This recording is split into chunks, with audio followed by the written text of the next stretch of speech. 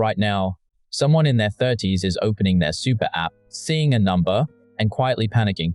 And right now, someone in their 50s is doing the exact same thing, assuming everyone else their age has it more sorted than they do. Nobody talks about their super balance out loud.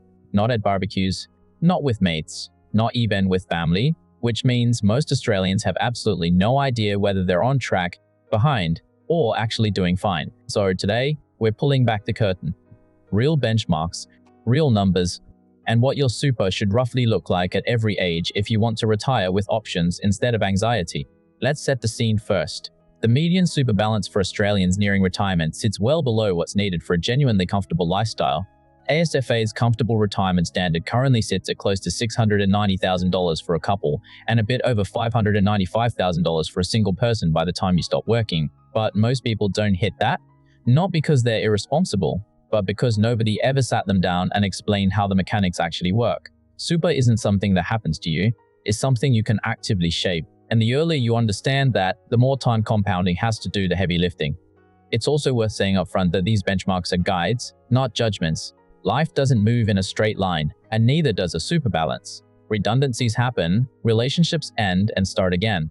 Businesses get built and sometimes fail, and none of that shows up neatly on a spreadsheet. So treat every number in this video as a compass, not a scoreboard. Let's start in your 20s. If you're 25 to 30, a rough benchmark to be tracking toward is somewhere between $20,000 and $35,000. And if you're sitting below that right now, breathe, you're not behind. Most people this age are earning modest salaries, paying rent that eats half their income, and super is the last thing on their mind because it feels like a problem for future you. But here's what makes your 20s the most powerful decade in the entire super system: time. A dollar contributed at 25 has close to 40 years to compound before you touch it. That same dollar contributed at 45 only gets 20 years. It's not about how much you put in right now. It's about starting the engine early, even if the engine is small. Even an extra $20 a week salary sacrificed in your 20s, left alone, can quietly grow into tens of thousands of dollars by the time you retire, simply because it had decades to work. This is also the decade to check one boring but crucial thing. Whether you've accidentally got multiple super accounts scattered across old jobs, each quietly charging you fees for doing nothing. Consolidating early costs you an afternoon and saves you years of wasted growth. Now your 30s. This is where the gap starts to widen between people who understand the system and people who don't. A reasonable benchmark here is somewhere between $60,000 and $120,000 billion by the time you hit 35, depending on your income and whether you've had career breaks. This is also the decade where lifestyle creep quietly sabotages more retirements than any market crash ever could. You're earning more than you did in your 20s, but instead of that extra money building your future, it's financing a bigger apartment, a newer car, and dinners out that used to be a treat and are now just Tuesday. The people who get ahead in their 30s aren't necessarily the highest earners. They're the ones who keep an eye on their super statement the same way they check their bank balance, and who understand that every dollar salary sacrificed now is taxed at 15% instead of their marginal rate, which for a lot of working Australians sits at 32.5% or higher. That's not a small difference. That's free money handed to you by the tax system, and most people never claim it. This is also the decade where career breaks, particularly for parents, can quietly stall a balance for years. If that's you, it's worth knowing the gap is real, but it's not permanent, and there are ways to make up ground later. Even something as simple as asking a partner to make spouse contributions during a period of unpaid leave can keep the compounding clock running when your own income has paused. Step into your 40s and the benchmark shifts to somewhere between $180,000 and $280,000. This is often the decade of peak income and peak pressure at the same time. Mortgage repayments, kids, school fees, maybe supporting aging parents. Super frequently gets pushed to the bottom of the priority list because there's always something more urgent screaming for the money. But this is also the decade where the compounding curve starts to visibly bend upward. If your balance has been quietly growing since your 20s, your 40s is when you start to feel the momentum.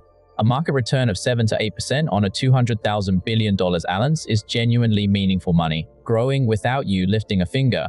The danger here isn't a lack of income, it's a lack of attention. People in their 40s often assume their super fund is on autopilot and never check whether they're actually invested appropriately or paying fees that are quietly eating into their growth. A fund charging an extra 0.5% in fees might sound trivial, but over 20 years on a growing balance, that's tens of thousands of dollars quietly siphoned away and almost nobody checks. It's also worth glancing at your investment option in this decade. Plenty of people are still sitting in an overly conservative default option from years ago, unaware that a slightly higher growth allocation could meaningfully change their outcome, given they've still got 2 decades left to ride out the ups and downs. Now you're 50s, and things get serious. A reasonable benchmark is somewhere between $320,000 and $480,000. This is the decade where retirement stops being an abstract idea and starts being a real, calculable date on a calendar, and this is also where the concessional contribution cap becomes your best friend. If your total super balance sits under $500,000, you may be eligible to carry forward unused contribution caps from the past 5 years, meaning you could potentially tip well over the standard $30,000 annual cap into super in a single year and claim a serious tax deduction while doing it. Most people have never even heard of this rule. It exists specifically to help people catch up after decades of competing financial priorities, and almost nobody uses it. If you're in your 50s and behind where you'd like to be, this is genuinely one of the most powerful tools available to you, and it's worth a conversation with your fund or an advisor rather than letting it pass by unused. This is also a sensible decade to start mapping out roughly when you'd like to stop working, because that date shapes everything else, from how aggressively you contribute to how your investments should be positioned as the finish line gets closer. And then your 60s, the finish line. To retire comfortably as a couple, ASFA's benchmark sits around $690,000 combined. As a single person, it's closer to $595,000. If you're approaching that number, you're in a position most Australians never reach. If you're well below it, you're not alone, and there's still room to move. This is the decade where structure matters as much as the total balance. Whether your money sits in accumulation phase or pension phase changes how much tax you pay on investment earnings. Whether you draw down at a sustainable rate, often somewhere around the widely used 4% guideline, determines whether your money lasts 20 years or 35. The number on the screen matters, but what you do with it matters just as much. This is also the decade to think seriously about the age pension as a supplement rather than a plan B, since even a partial pension can meaningfully stretch a retirement budget when paired with a solid super balance. It's worth having at least one proper conversation with a financial advisor in this decade, not because your situation is complicated, but because small structural decisions made right at retirement can add years of extra runway to your money. So here's the pattern underneath all of this. Super isn't primarily about income. It's about behavior sustained over decades. Someone earning $70,000 whose salary sacrifices consistently from their late 20s can retire with more than someone earning $150,000 who never paid attention to their fund until they turned 55. The gap isn't intelligence, and it isn't luck. It's awareness, applied early and applied consistently.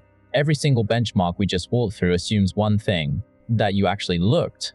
Most Australians don't check their super balance more than once a year, if that. And the ones who build real retirement wealth are usually the ones who treat their super like a living, breathing part of their financial life instead of a locked box they'll deal with eventually. If there's one thing to take from all of this, it's that you don't need to panic about where you sit today. Panic doesn't compound. Consistency does. Whether you're 25 and just starting to pay attention, or 55 and trying to catch up using the carry-forward rules most people never touch, the moves available to you are real, and they're more powerful than most people realize. The question isn't whether you're behind some invisible national average. The question is whether the version of you at 65 will thank the version of you right now for finally paying attention. If this gave you a clearer picture of where you actually stand, subscribe to the channel and turn on notifications. Thanks for watching, and I'll see you in the next one.